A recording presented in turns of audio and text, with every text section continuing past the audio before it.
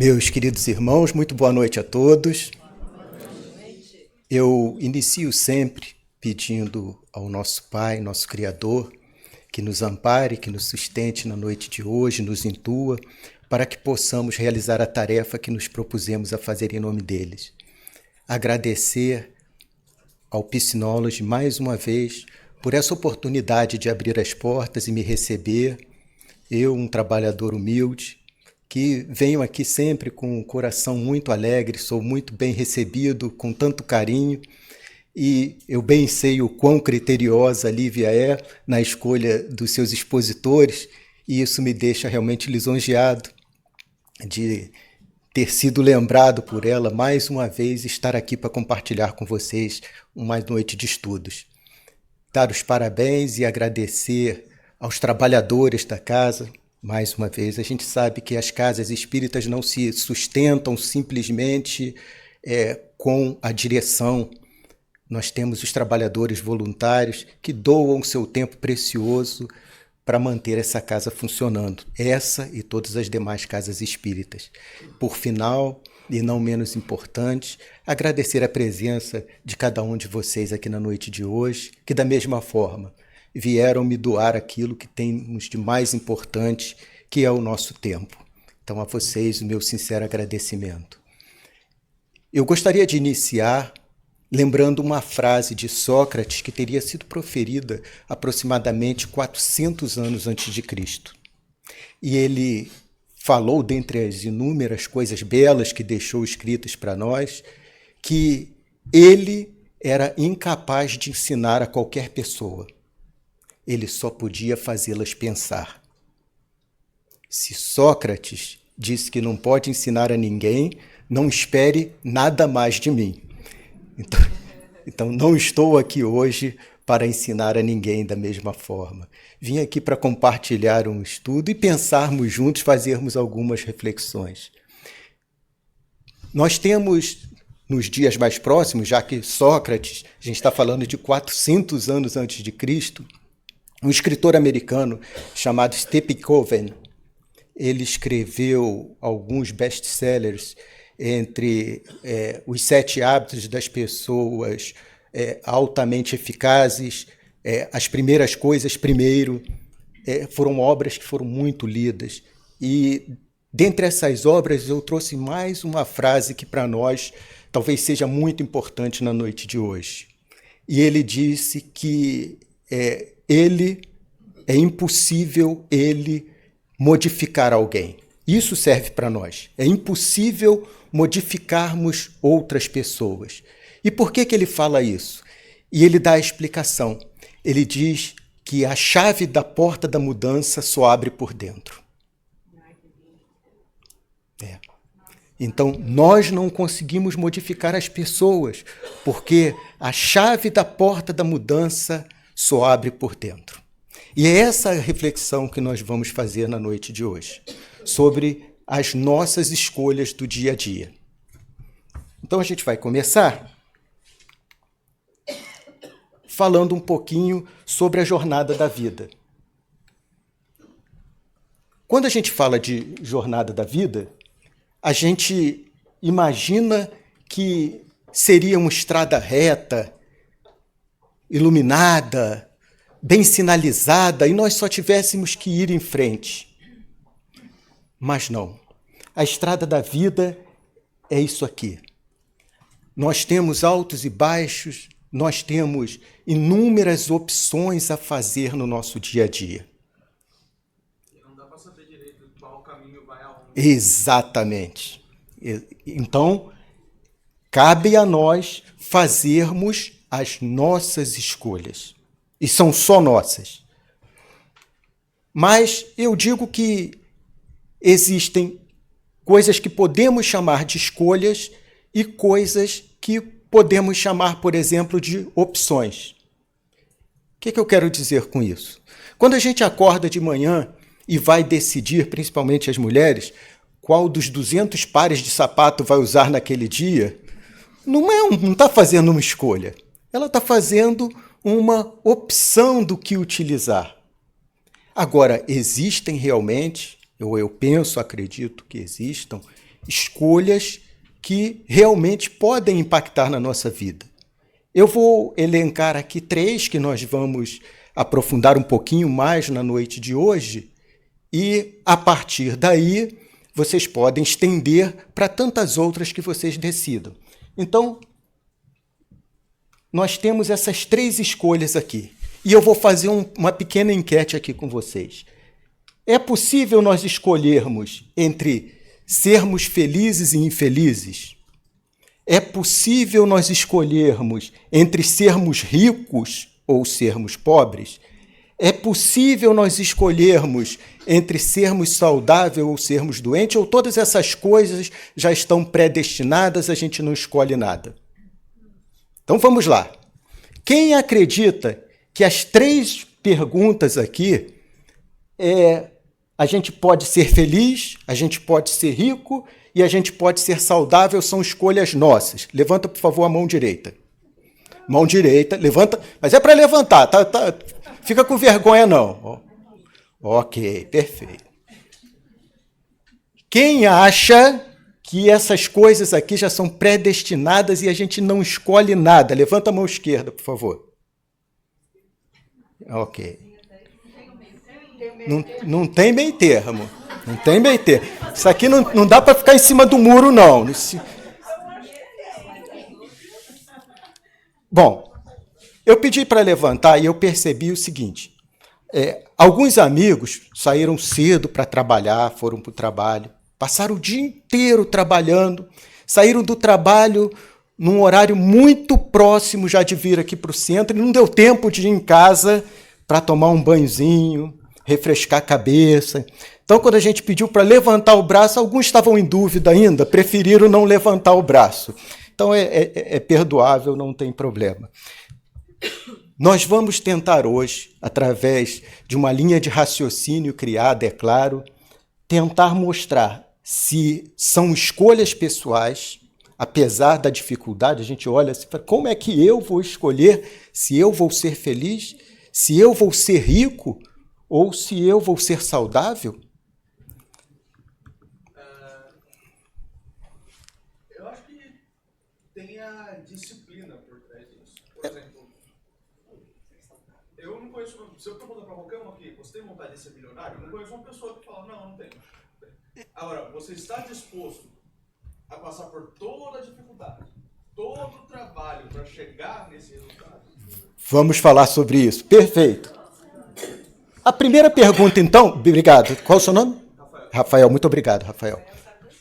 Então, a primeira pergunta, qual o seu desejo? Ser feliz ou infeliz? Estamos vendo essa pessoa aqui. Nós podemos dizer que essa pessoa aqui é feliz? Sim. Podemos dizer? Estão ficando espertos. Estão ficando espertos. É isso aí. Aparentemente, é uma pessoa que está alegre. Porque ela pode ser uma atriz que foi contratada especificamente para representar neste momento a alegria. Mas a minha pergunta não é se nós podemos ser alegres ou se nós podemos ser felizes, porque são coisas distintas. A alegria dura 36 horas. A felicidade pode ser permanente. Porque a alegria, segundo estudos científicos, ela decorre de uma conquista imediata em que o nosso organismo faz um despejo de dopamina no corpo e essa dopamina nos traz essa sensação de alegria, euforia. E isso dura 36 horas. Então, quando a gente conquista alguma coisa, eu comprei um carro, eu fui promovido, eu comecei um relacionamento novo, isso nos causa alegria. A felicidade é diferente. E nós vamos falar um pouco sobre ela. Essa pessoa daqui está triste? Aparentemente, sim. Então, Se nós imaginarmos o seguinte, ok, essa pessoa aqui está alegre, essa pessoa aqui está triste. Não estou falando ainda em felicidade ou infelicidade. Mas eu posso dizer-lhes, eu posso afirmar que elas podem ter recebido a mesma notícia e apresentarem esse comportamento aqui, com a mesma notícia. Vamos tentar criar um exemplo básico aqui. Passou no vestibular. Ah, mas isso é motivo de alegria, então ela está feliz. Mas vamos supor que essa daqui tivesse um familiar que ela amava muito e que esse familiar perdeu a vida ou desencarnou recentemente. E ela... Volta, rapaz, que isso? E ela gostaria muito que essa pessoa estivesse ali naquele momento para ver a vitória que ela teve. Então, a notícia, às vezes, que seria passar no vestibular, para ela, naquele momento, vai trazer um momento de tristeza. Então, o que a gente está falando aqui? Que a notícia foi exatamente a mesma. Você passou no vestibular. A sensação e a resposta foi completamente diferente.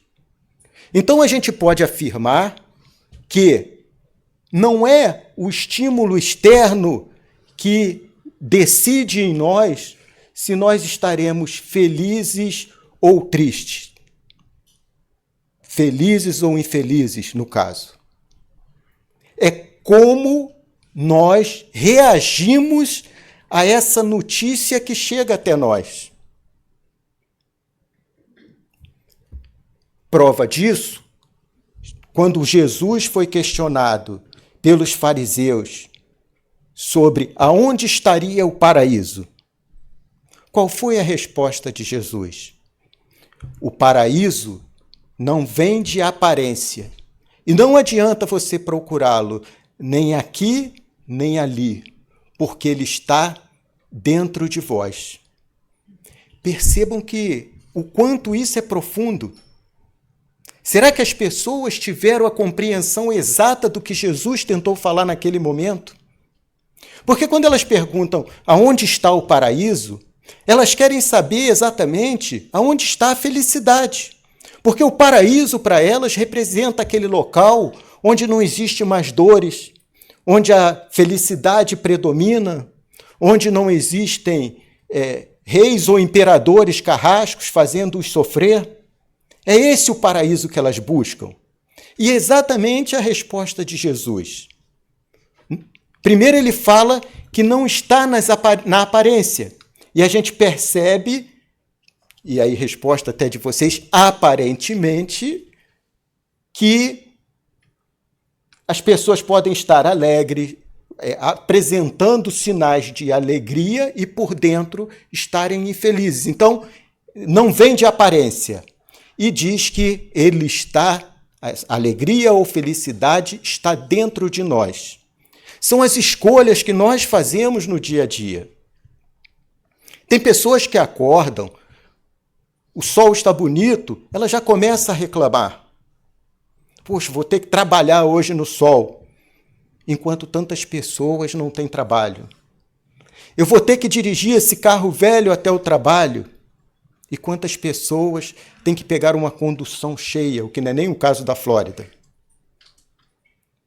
Tem pessoas que reclamam da condução cheia e tem muita gente que está indo a pé para o trabalho. Tem pessoas que reclamam de estar indo a pé e tem pessoas que não conseguem andar.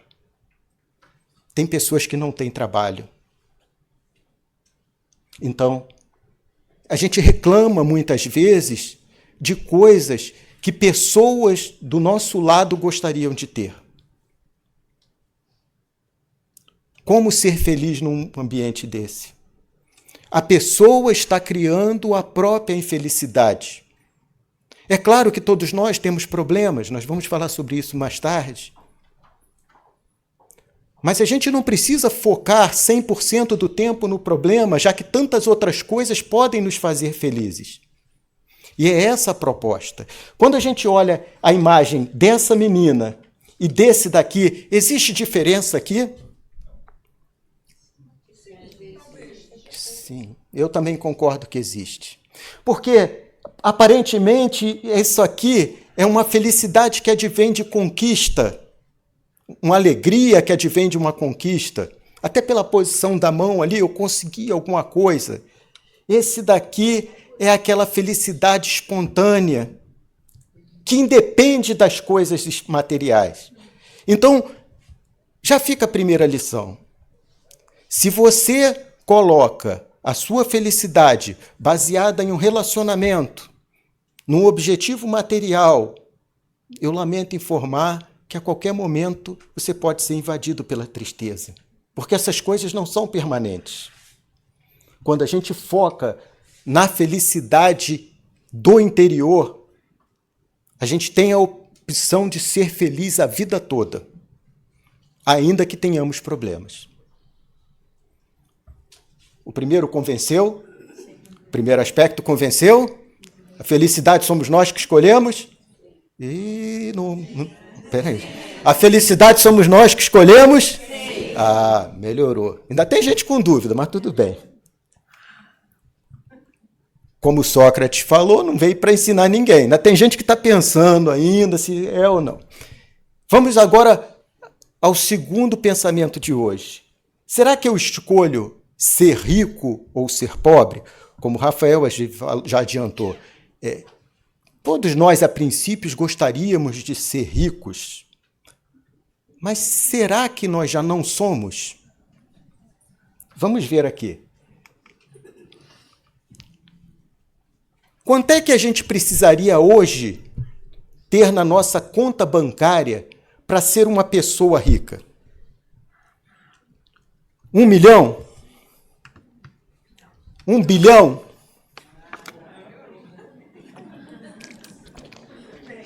Depende.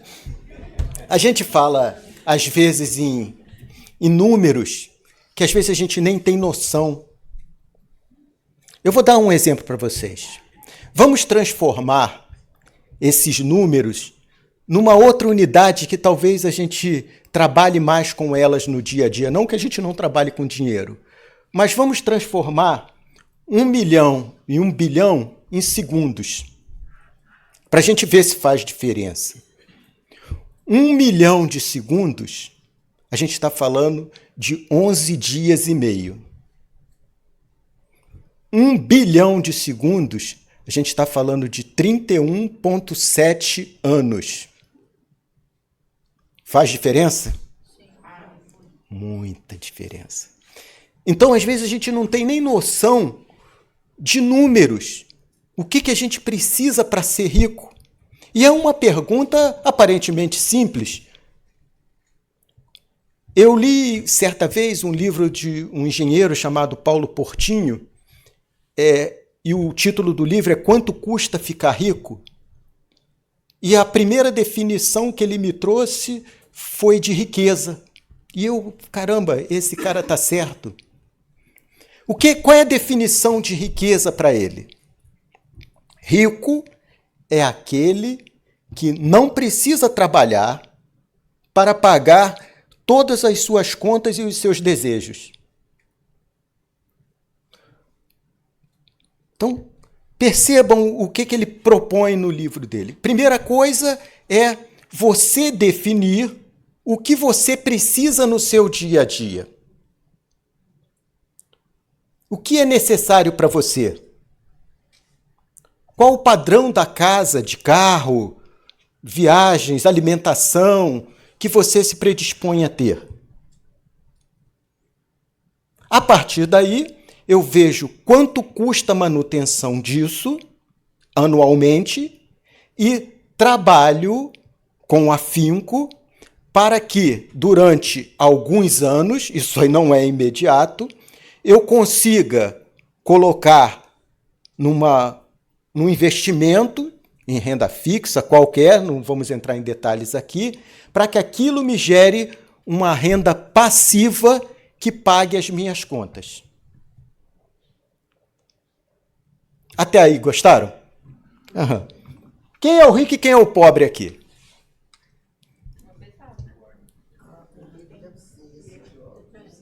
Quem é o rico e quem é o pobre? As aparências enganam, né? Então vamos lá. Esse rapaz aqui, o nome dele é Michael Carroll. Ele é um britânico que em 2002 ele acertou como se fosse a Powerball americana, na loteria britânica.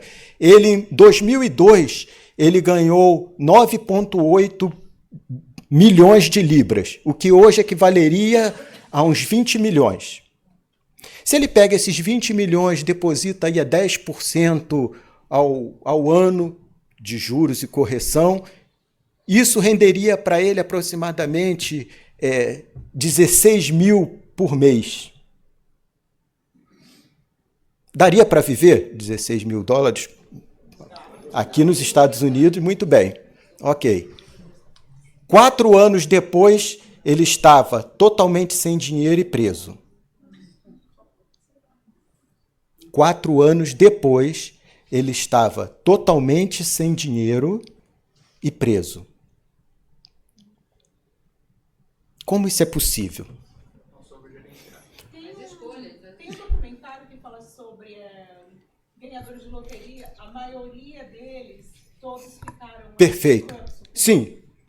Perfeito. Exatamente isso. Eu vou falar agora. A grande maioria, isso não é um caso isolado, a grande maioria das pessoas que acertam, principalmente brasileiros, americanos, em pouco tempo estão sem dinheiro nenhum. Por que isso acontece? Primeiro, nós não temos a educação financeira. Outra coisa é que nós queremos parecer ricos. A gente não quer viver do investimento que a gente faz. Então, quando as pessoas ganham dinheiro, elas pegam do dinheiro que ganharam e começam a gastar. Eu, em certa oportunidade na minha vida, eu trabalhava numa empresa pública e eu tinha, trabalhando sob minha direção, aproximadamente 500 pessoas. E era um serviço público, então não era eu que ditava o salário daquelas pessoas, era o governo. E uma reclamação muito comum era que eles ganhavam pouco. E eu via muita gente pelos pátios reclamando que ganhavam pouco. E eu decidi fazer uma reunião como essa daqui para conversar um pouco com eles sobre isso. E o que eu mostrei para eles, e eu falei com eles, é que, olha, se eu pudesse hoje dobrar o salário de vocês, daqui a 1 ano, todos nós estaríamos aqui novamente e 99% de vocês estariam reclamando que ganha pouco. Porque, na nossa concepção, quando nós começamos a ganhar um pouco além do que a gente está acostumado, a gente quer aumentar o nosso padrão de vida imediatamente. A gente quer uma casa maior, um carro melhor, morar num local melhor, quer comer mais, quer sair mais para locais mais caros. Quando a gente compra uma casa maior, um carro melhor, a gente está falando de seguros maiores, impostos maiores, mão de obra maior para manter aquilo. Então não é só o valor que a gente gasta imediatamente. A gente está falando aqui das coisas que vêm depois e agregam a esse custo. Então essas pessoas que ganham na loteria, ou até nós quando ganhamos, a gente de imediato começa a gastar daquilo que ainda não é investimento. Isso acontece com a grande maioria de nós. Mas a minha proposta hoje não é falar sobre economia, porque isso foi só o insight inicial do que acontece na vida das pessoas. Esse daqui é Ingvar Kamprad. desculpem a pronúncia do suíço, meu suíço não está tão afinado hoje. Ele é o fundador da IKEA. Ele faleceu em 2018, tinha 4 bilhões de dólares em sua conta bancária. E era uma pessoa assim, humilde no seu dia a dia. E nós temos hoje em dia diversas pessoas que andam com muita humildade, apesar dos milhões ou bilhões na conta. A gente pode citar em todas as áreas aqui o Mark Zuckerberg na área de tecnologia, Warren Buffett na área de investimentos, Keanu Reeves como cineasta, tem jogadores de futebol. O que a gente está dizendo aqui? Que existem inúmeras pessoas que não se escravizam com dinheiro, não precisam de marcas ou coisas de luxo para demonstrar aquilo que não precisam. Enquanto que, inversamente, aqueles que às vezes ganham um pouco mais querem mostrar para os outros coisas que não têm. Para que isso? E isso nos leva à pobreza espiritual.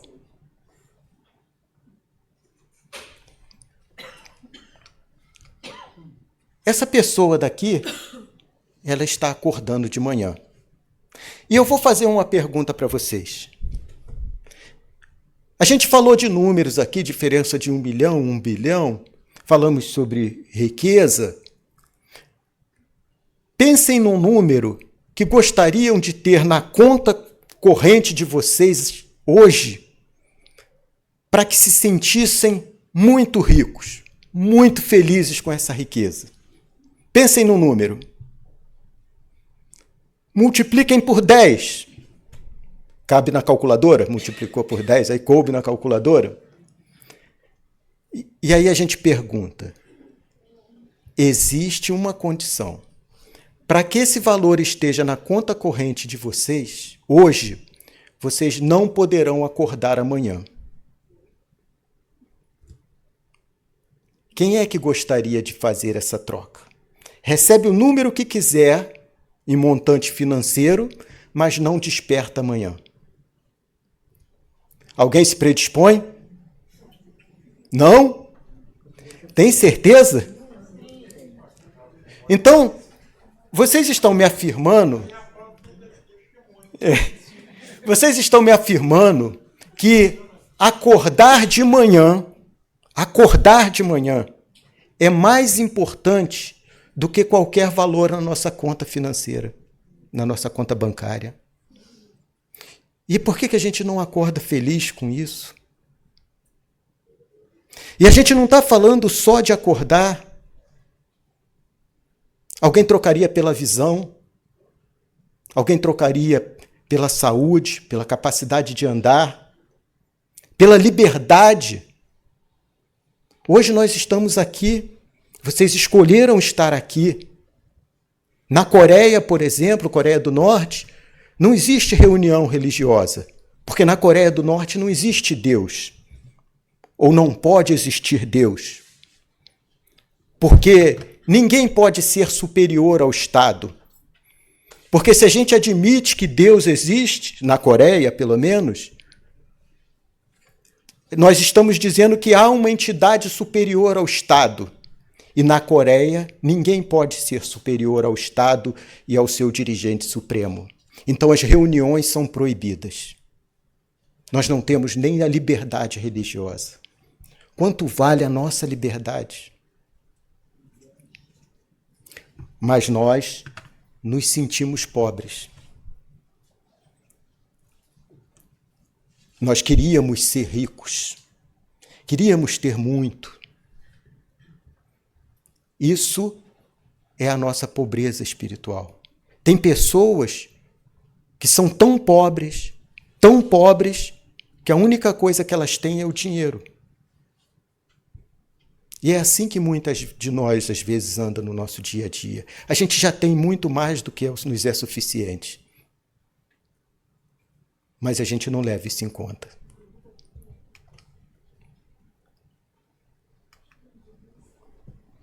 ser saudável ou ser doente? A gente sabe, não precisamos falar, que existem alguns pré-requisitos para que possamos manter a saúde do corpo físico. Então, é desnecessário dizer aqui que quando se tratando de saúde do corpo físico, a gente precisa de atividade física, boa alimentação, descanso. Quando a gente une essas coisas, faz um pouco de atividade física, mantém uma boa alimentação, tem um repouso adequado, nós temos uma boa saúde física. Só que as pessoas hoje em dia não querem esse resultado lento. Elas buscam, na maioria das vezes, em drogas, em procedimentos, aquela beleza instantânea.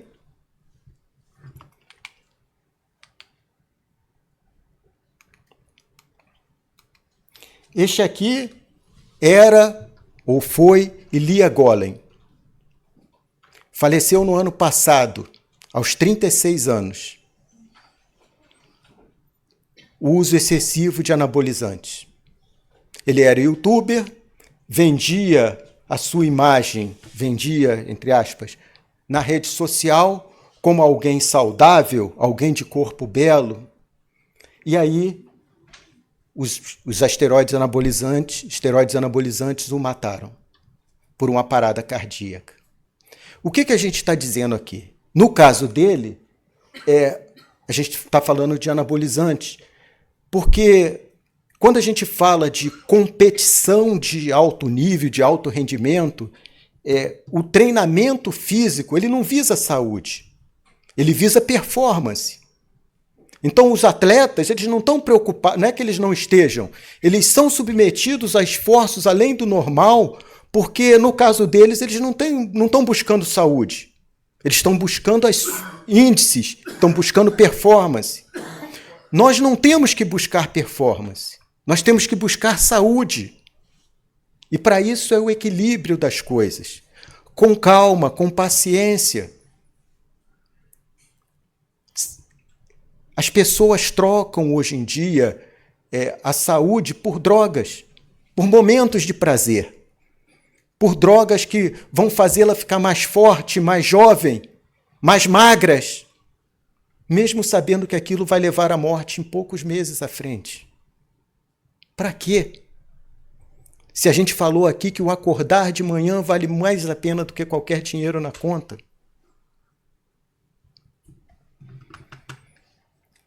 Mas, como nos casos anteriores, a gente tem que lembrar que a saúde não começa no corpo físico e nem a doença. Elas começam no espírito.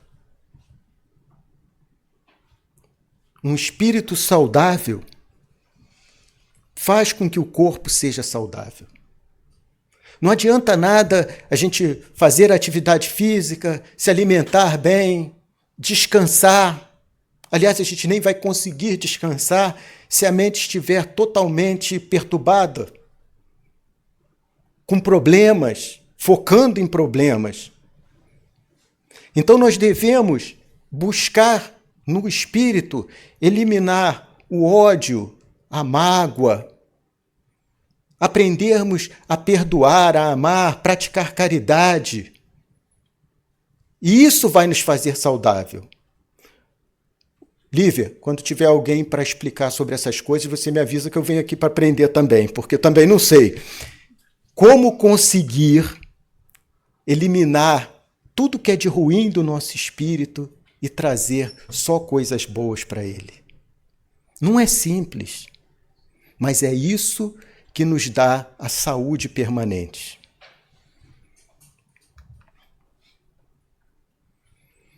Mas, ao invés de nós focarmos no longo prazo, como disse nosso amigo Rafael, nós queremos soluções rápidas e fáceis. Quanto mais rápido e mais fácil, melhor. Esse daqui é o professor Clóvis de Barros Filho. E Ele tem muitos vídeos, é que ele está até mais jovem, ele tem muitos vídeos interessantes no YouTube, não sei se alguns os conhecem aqui. Ele falando sobre o brio, depois se vocês quiserem procurar, Clóvis de Barros Filho, falando sobre o brio, é fantástico. E ele dá inúmeras lições para nós. Ele é um filósofo e professor. E ele é palestrante também, fazendo palestras em diversas instituições, incentivando as pessoas a se tornarem melhores.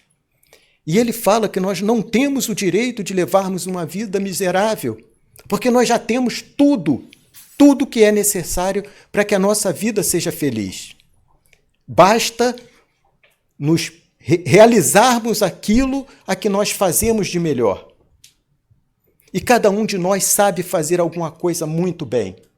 E quando a gente encontra essa coisa que a gente sabe fazer muito bem e coloca em prática, a nossa vida é feliz, porque ela é alinhada com o destino. E ele fala que as pessoas buscam, às vezes, nos livros, a sua solução mágica. Só que não basta, a gente já falou isso aqui, não basta só comprar o livro. Mas seria muito bom, né? Eu comprar, botava na prateleira da minha cama, na cabeceira da cama, ia dormir e no dia seguinte acordar com isso tudo já realizado dentro da minha cabeça.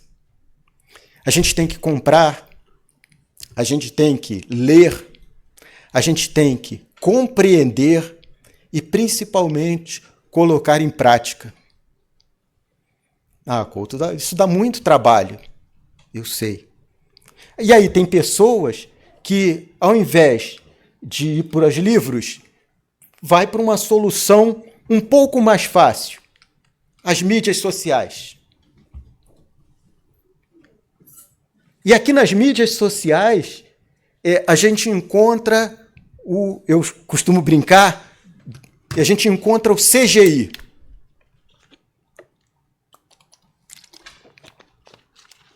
Vocês sabem o que é CGI quando se trata de informática?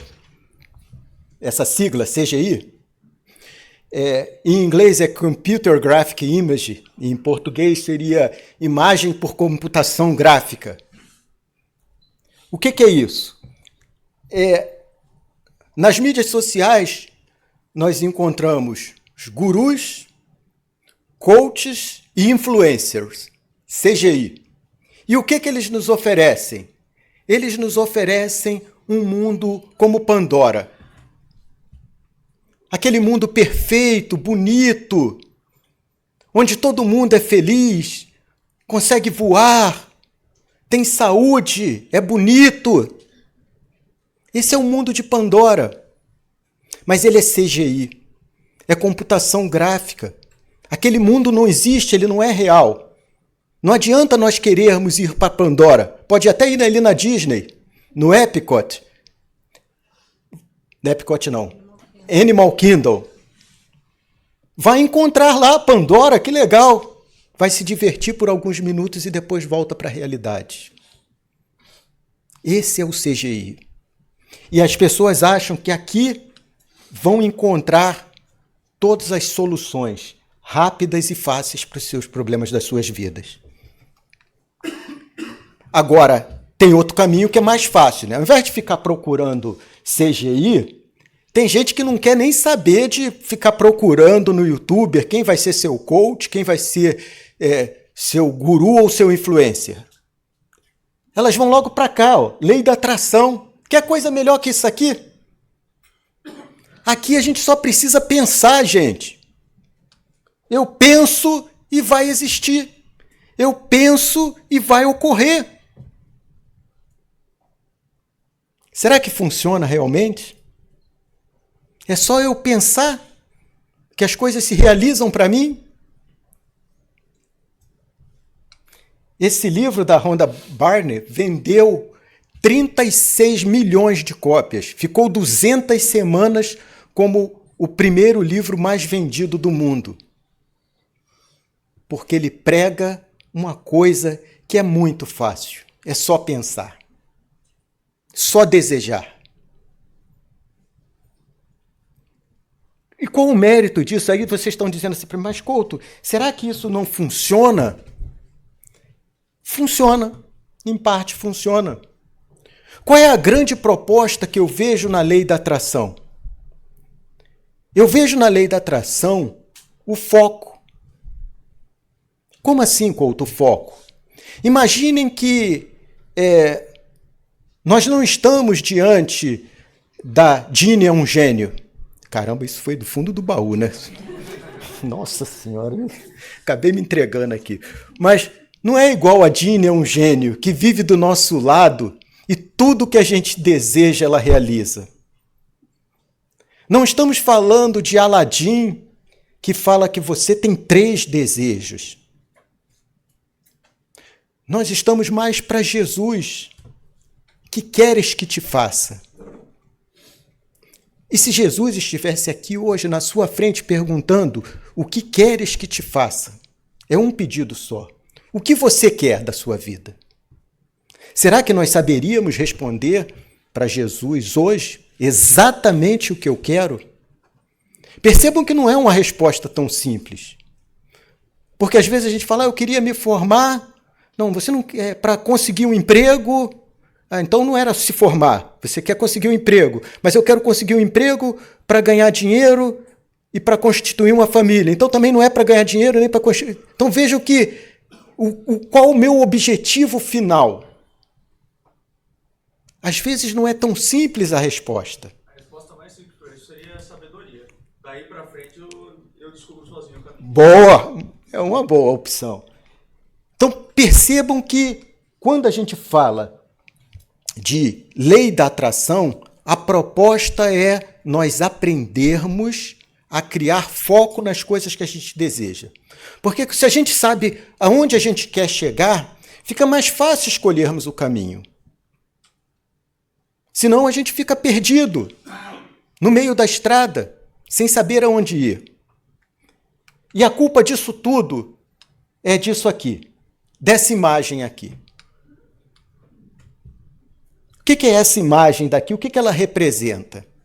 Essa imagem daqui, ela representa uma parábola que muito antiga, bem anterior a Jesus, dos judeus, que conta a história da verdade, da mentira e do poço. Essa história diz que a verdade e a mentira costumavam caminhar juntas. Até que um dia a mentira fala para a verdade: hoje o dia está lindo. E a mentira até estranha, porque realmente o dia estava lindo. E a mentira fala para ela: vamos caminhando, porque ali na frente tem um poço com águas cristalinas. E a verdade decide checar e vai caminhando ao lado da mentira. E mais à frente, como ela falou, encontrou aquele poço com águas cristalinas. Mais uma vez, a mentira falar a verdade. E a mentira faz mais um convite. Vamos tomar um banho junto. Essa água está deliciosa e vai nos refrescar. E a verdade decide provar se a água está realmente deliciosa. E ambas tiram as roupas e entram no poço. Quando a mentira percebe que a verdade está distraída, ela sobe rapidamente, pega as roupas da verdade, bota no corpo e sai correndo. Quando a verdade sai do poço, se nega a colocar a roupa da mentira. E é esse momento aqui, a verdade saindo do poço, e ela se nega a colocar as roupas da mentira. E o que nós encontramos hoje no nosso mundo? As pessoas preferem ouvir a mentira vestida de verdade do que simplesmente aceitar a verdade nua. Nós preferimos ouvir a mentira vestida de verdade. Na grande maioria das coisas que a gente encontra aqui, são promessas vazias. São mentiras contadas. Eu teria até um exemplo, eu não vou citar em função do tempo, mas de um vizinho youtuber, e a gente, quando mora do lado de uma pessoa, aí que a gente percebe o quão fantasiosa é a vida que a pessoa vende por trás das câmeras. Não, não, eu tenho tempo limitado, desculpa. Vamos lá. Bom, fica para a próxima, eu posso trazer aqui sem problema. Quando a gente vai estudar os milagres de Jesus, a gente percebe que não era simples, não era fácil. Jesus, ele andava cercado pelos seus 12 apóstolos, 70 discípulos, uma multidão de curiosos querendo vê-lo fazer milagres. Jesus andava cercado de fariseus querendo vê-lo cometer erros, equívocos. Então percebam que em torno de Jesus já havia uma multidão. Para chegar aonde Jesus estava, não tinha Uber naquela época. Tinha que ir a pé. E não tinha internet marcando exatamente o horário que ele ia chegar. Então, a grande maioria das pessoas, para receberem a cura tão desejada, às vezes tinham que ficar horas esperando, ficar perguntando, andar quilômetros de distância, e às vezes passando mal. E mesmo assim não era garantido chegar até Jesus. Então vejam que mesmo naquela época, as pessoas que desejavam mudar de vida tinham que fazer esforço. E aí a gente abre as páginas do livro de Robert Kiyosaki, que ele diz que a vontade sem ação é igual a zero. Não adianta termos vontade. Se nós não agirmos, o resultado vai ser sempre zero. Nós temos que agir, se quisermos resultados. E Jesus nos mostra que foi muito difícil. E aí vem as perguntas da noite de hoje. Quem é você hoje? Será que a gente consegue responder exatamente quem eu sou hoje? Porque quando a gente responde exatamente quem eu sou hoje, essa segunda resposta aqui vem mais fácil. Quem será você amanhã?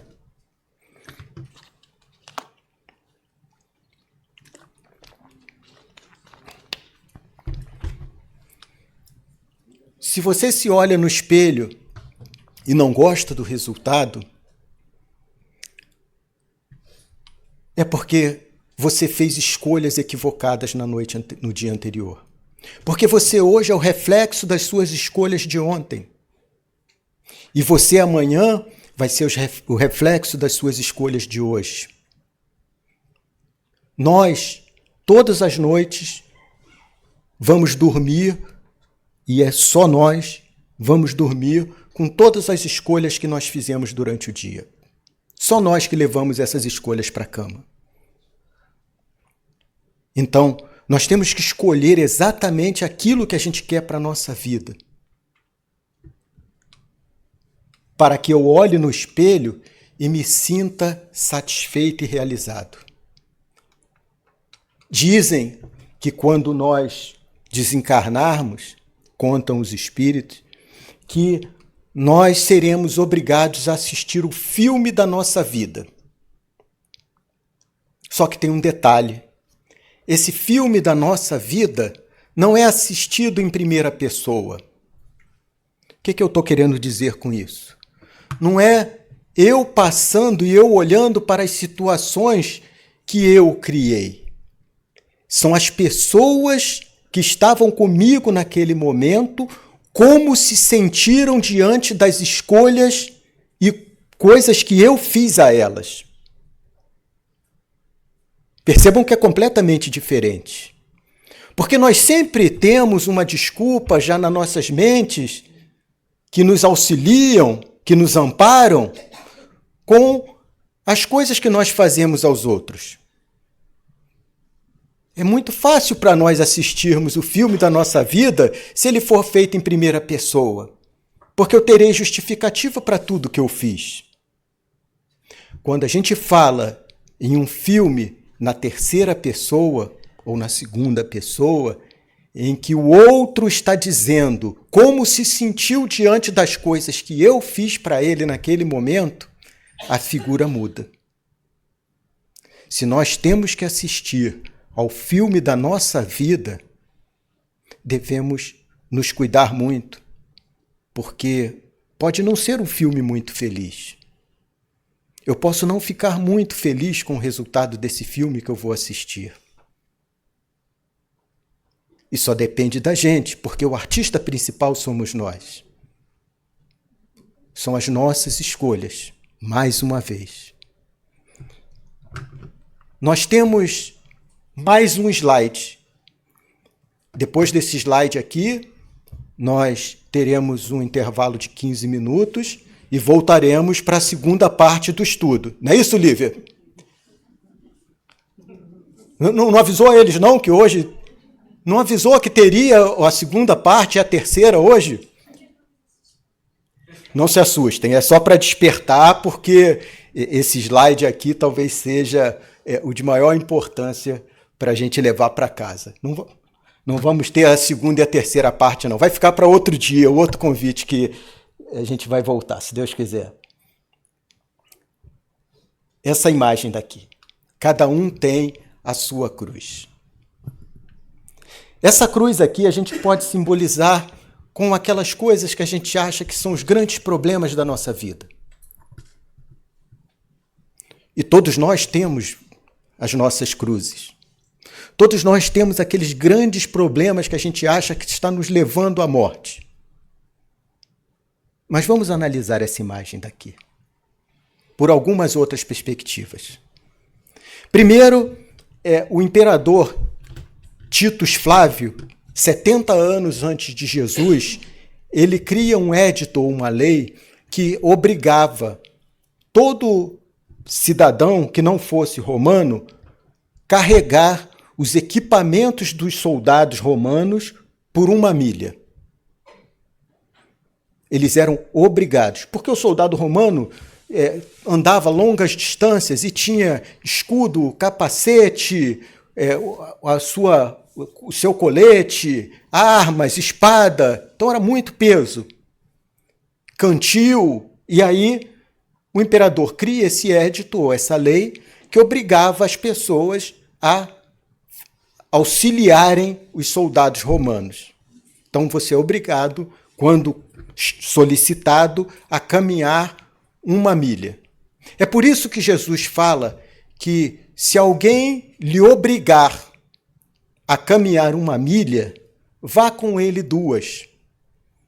O que Jesus está dizendo? Porque a primeira milha que você andou com a pessoa era mais do que sua obrigação. Você não estava fazendo nada pela pessoa. Então vá com ele 2. Por isso que Jesus fala, se alguém te obrigar a andar 1, vá com ele 2. Mas esse daqui é Simão Cirineu. E Cirineu não era o seu sobrenome. Ele nasceu na cidade de Cirene. Naquela época as pessoas não tinham sobrenome. Então, assim como era Jesus de Nazaré, Simão era da cidade de Cirene. Simão o Cirineu. Passava pelo local onde havia cruzes, no caso, em que Jesus estava conduzindo a sua cruz. Jesus já estava exausto, já tinha sido submetido a tortura, chicotes, inúmeras coisas que ele foi submetido, e mais o peso da própria cruz que ele teria que carregar. Então, um soldado pega Simão Cirineu e o obriga a carregar a cruz de Jesus por 1 milha. O que essa imagem nos mostra? Provavelmente, Simão Cirineu, naquele dia, deve ter ficado provavelmente revoltado, porque ele estava sendo obrigado a carregar uma cruz pesada que não era dele pela distância de 1 milha. O que ele fez para carregar aquela cruz que não pertencia a ele? Mas quando Simão Cirineu desencarnou, ele percebeu que aquele gesto dele, ainda que obrigado, talvez tenha sido a coisa mais importante que ele fez na vida dele. E isso serve de receita para nós. Muitas de nós, provavelmente, têm uma cruz pesada que está carregando, que a gente acha que não merecia estar carregando. Mas Emmanuel diz que no mundo existem injustiças, mas não existem injustiçados. Aquela cruz que nós estamos carregando pode ser para nós o ato de maior importância que nós realizaremos na Terra, enquanto encarnados. Percebam que Simão Cirineu carregou a cruz de Jesus, mas não foi ele o crucificado. É outra lei da natureza, outra lei de Deus. Você não vai ser condenado por algo que você não merece. Você não vai sofrer um castigo que não lhe pertence. E esse castigo aí, quando a gente coloca castigo, a gente já sabe aqui, explicamos isso aqui, são as oportunidades de crescimento que a gente está tendo. Então ninguém é submetido a uma oportunidade de crescimento a que não consiga superar. Nós temos a capacidade, nós devemos ter força, porque a forma como nós passamos por isso é que faz toda a diferença. Percebam que inúmeros foram os crucificados na época de Jesus, centenas foram crucificados. Por que só a crucificação de Jesus fez tanta diferença? Porque a grande maioria estava sendo crucificado por crimes que cometeu. Eram punidos pelos romanos os crimes cometidos. Jesus não cometeu crime algum. E ele poderia ter fugido, porque ele não era uma pessoa fácil de achar. Se ele quisesse, mudava de cidade e ele não passaria por isso. Mas ele decide cumprir com umbridade aquilo que Deus programou para ele. Sacrificar a própria vida como exemplo para nós compreendermos que os nossos atos devem ser feitos sempre com muito amor e carinho, acima de tudo. Pois mesmo que o sacrifício seja grande, a recompensa será maior. Que possamos sair daqui essa noite com essas reflexões nos nossos corações. Colocarmos em prática a cada dia as oportunidades que nos fazem felizes, ricos e saudáveis. Sempre com Jesus nos nossos corações. Lembrando sempre que tudo aquilo que a gente carrega de peso decorre basicamente das escolhas equivocadas que fazemos. Que Deus abençoe a todos.